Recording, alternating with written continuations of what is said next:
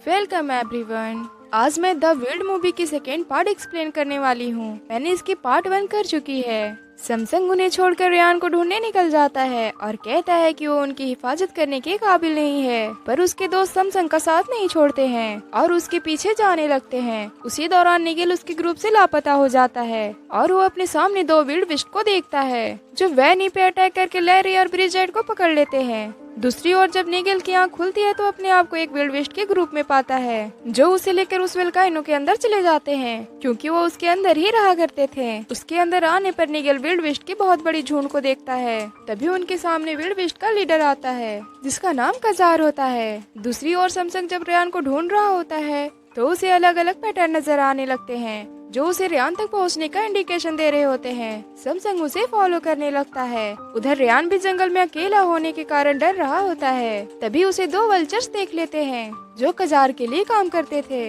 इसलिए वो जंगल में आए लोयन के बच्चे के बारे में बताने चले जाते हैं, जहां हम देखते हैं कि विल्ड बिस्ट निगेल को बिल्कुल भी नुकसान नहीं पहुंचा रहे हैं, क्योंकि एक बार जब कुछ लोयन कजार का शिकार करने वाले थे तभी गलती से प्लेन से कोआला का एक टॉय नीचे गिरता है, जिसके सिस्टम का आवाज सुनकर वो लोयन वहां से डरकर भाग जाते हैं। पर उस दिन के बाद से कजार और उनके ग्रुप वाले उसे अपना गुरु मानने लगे थे और उतने में वो दोनों वल्चर वहाँ आ जाते हैं जो उसे रेयान के बारे में बताते हैं। ये सुनकर कजार उस लोयन को पकड़कर लाने को कहता है। उसके बाद वो वल्चर सीधे रेयान के पास उसे पकड़ने जाते हैं। उन्हें देखकर रेयान खुद को बचाने के लिए चिल्लाने लगता है और तभी देखता है कि वो सही से दहाड़ना सीख चुका है। उसकी आवाज सुनते ही सैमसंग उसकी रक्षा के लिए वहां आ जाता है और वो वल्चर्स उन्हें देखकर भाग जाते हैं, पर तभी वो विल्ड बिस्ट उन्हें पकड़ने आ जाते हैं। ये देखकर सैमसंग रेयान को भागने को कहता है और वो दोनों उनसे बचकर एक पेड़ पे चढ़ जाते हैं। वहाँ रेयान पूछता है कि जिस तरह कहानियों में विल्ड बिस्ट का सामना किया था उस तरह से आज उनका मुकाबला क्यों नहीं कर पा रहा है। जिसके बाद सैमसंग अपनी असलियत बता देता है कि असल में वो किसी जंगल में नहीं बल्कि एक सर्कस में पैदा लिया था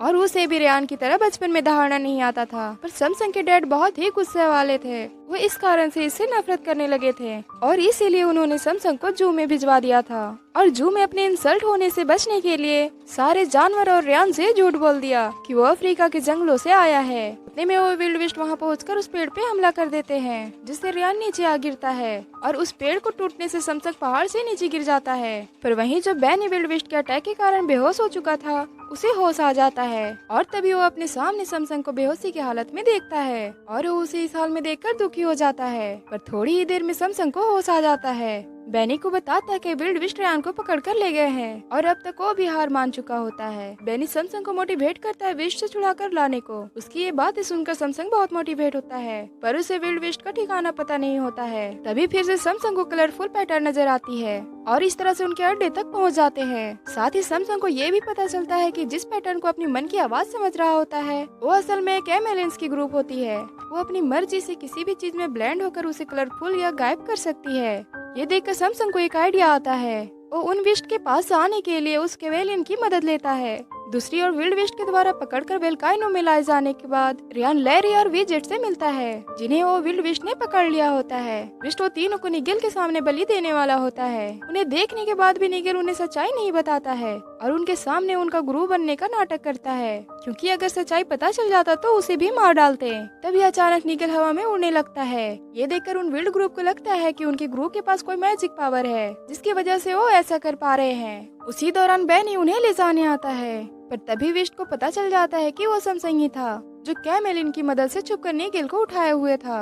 और जब रेयान अपने डैड को जिंदा देखता है तो भागने के बजाय उनसे मिलने आ जाता है। ये देखकर सभी विल्ड बिस्ट उन्हें खाने के लिए उनकी तरफ बढ़ने लगते हैं। तब सैमसंग डटकर उनका लीडर का सामना करता है। आखिर में कजार उस पर भारी पड़ने लगता है, इसलिए उसके दोस्त और रेयान सैमसंग की मदद करते हैं और अंत में सैमसंग उनकी मदद से कजार को हरा देता है। कजार अपने मेंबर को सैमसंग पर अटैक करने को कहता है, लेकिन बाकी के विल्ड बिस्ट उसकी बात मानने से इनकार कर देते हैं और उसे अपना लीडर भी नहीं मानते हैं। ये देखकर कजार अकेले ही उसकी तरफ अटैक के लिए बढ़ने लगता है। तब सैमसंग रेयान की बात सुनकर इतनी तेज दहाड़ता है कि कजार वहीं गिर पड़ता है। अब तक वो वोल्केनो भी फटना शुरू हो चुका था, इसलिए सैमसंग और उसके दोस्त और बाकी के विल्ड बिस्ट एक बोट से उस जंगल को छोड़कर न्यूयॉर्क शहर की ओर निकल जाते हैं। और इसी के साथ हमारी मूवी की हैप्पी एंडिंग हो जाती है। तो गाइस, अगर आपको हमारी वीडियो पसंद आई हो तो मेरे चैनल को जरूर सब्सक्राइब करें और ऐसे ही वीडियो देखने के लिए हमसे जुड़े रहें। Thanks for watching.